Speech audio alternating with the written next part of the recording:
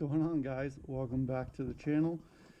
As you saw in one of our previous videos, we unboxed Stainless Works long tube headers, and now we're installing them. So far, I have completely removed the exhaust, the passenger side motor mount, and the passenger side header. I didn't record any of it because I was just out here, 30 minutes here, 30 minutes there, getting it done. But I figured I would show you guys the other side when I get to it, and then I'm going to show you this side where we're at right now. We bought OEM gaskets, and we've got some of the bottom, or all of the bottom bolts in, I guess. And the reason why we did that is because on the Stainless Works headers, the bottom part is actually cut out. And so we'll be able to take the headers, put them up there, and slide them down onto the bolts, and it'll hold the header in place and allow us to get the top bolts and the back bolts in. Alright, so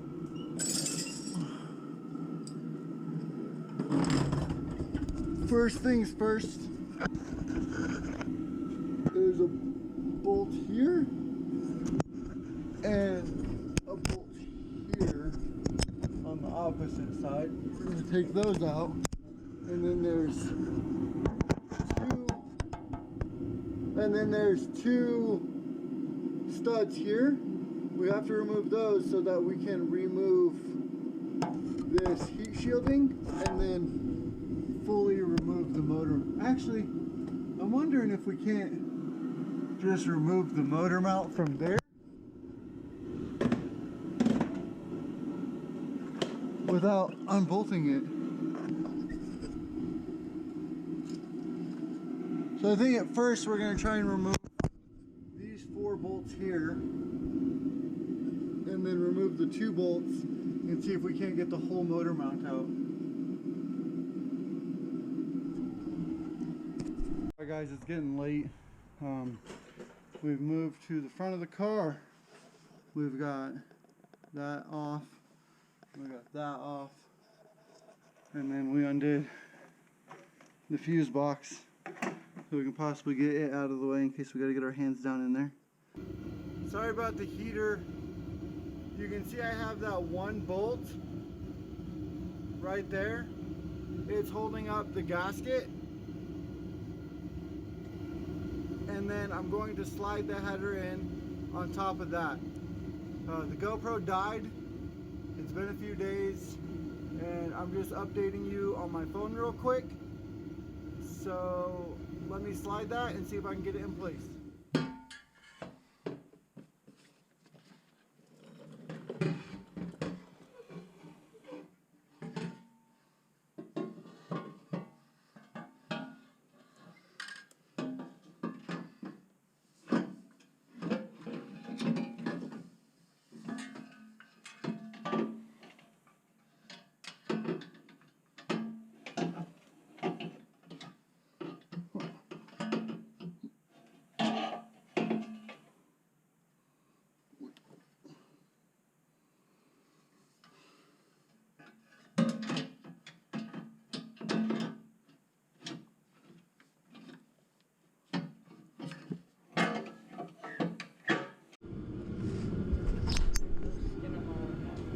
It's gonna happen, bro.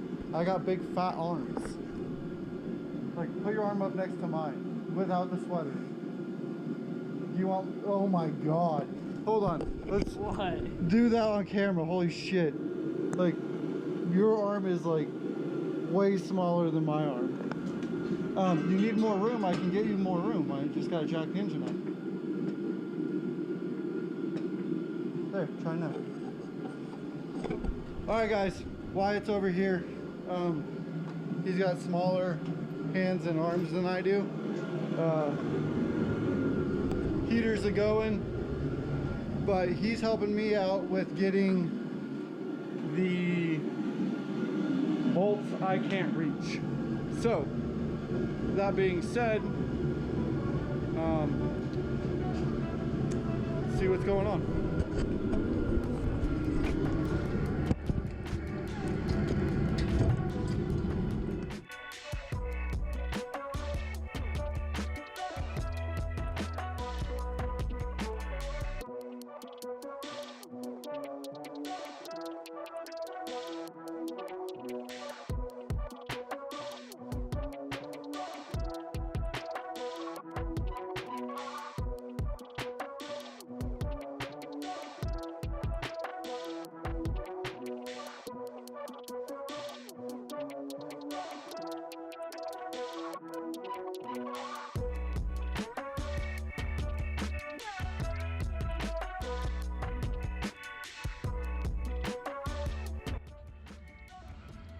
Alright guys, so we got the headers fully installed.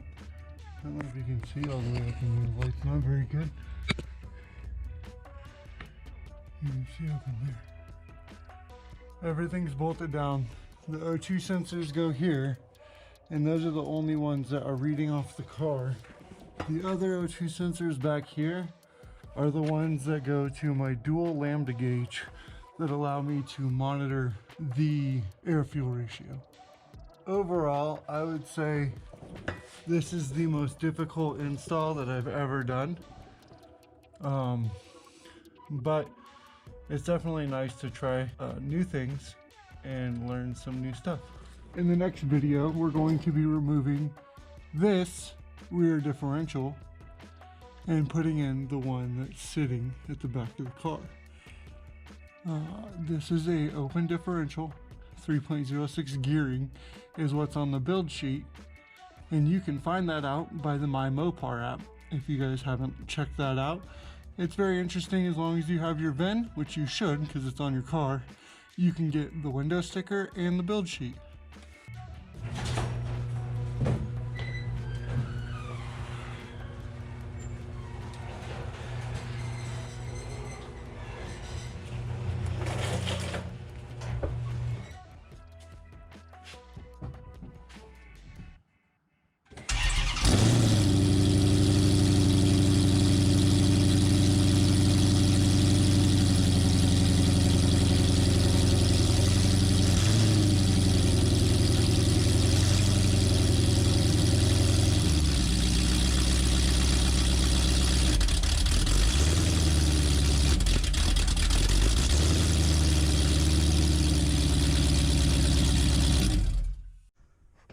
Oh, it's recording. Here, go to the somewhat back.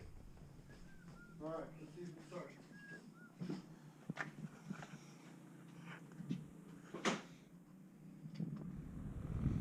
You ready? Yep.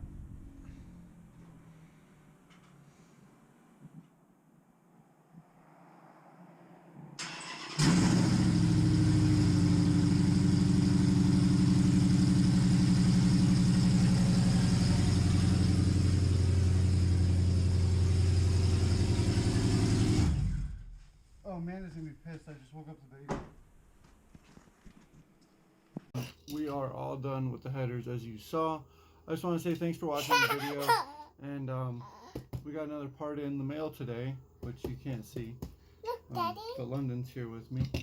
So I'm gonna go ahead and open that up. You trying to get in the video, baby? Yeah, I'm gonna open it up. There might be pop-pops in here. And I'm just gonna kind of show you guys like what I got going on and explain why I'm doing it. But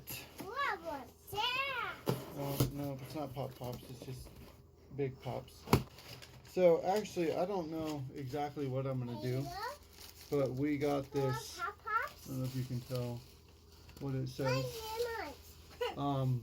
It's an Arrington catch can.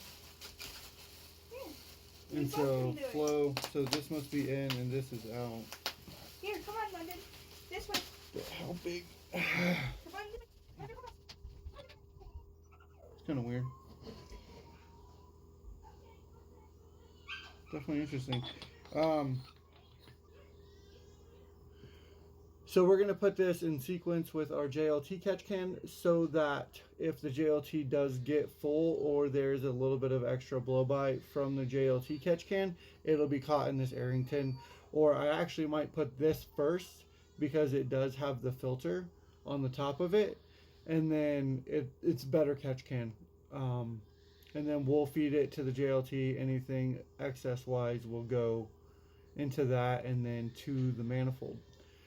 So just a precautionary, about 3,000 miles with the Edelbrock intake. The PCV allows a little bit too much blow-by for my liking, and this is the solution. So thanks for stopping by. Hit that like video if you guys are ready to see the stock sealed Charger record go down on the 25th of January. See you then.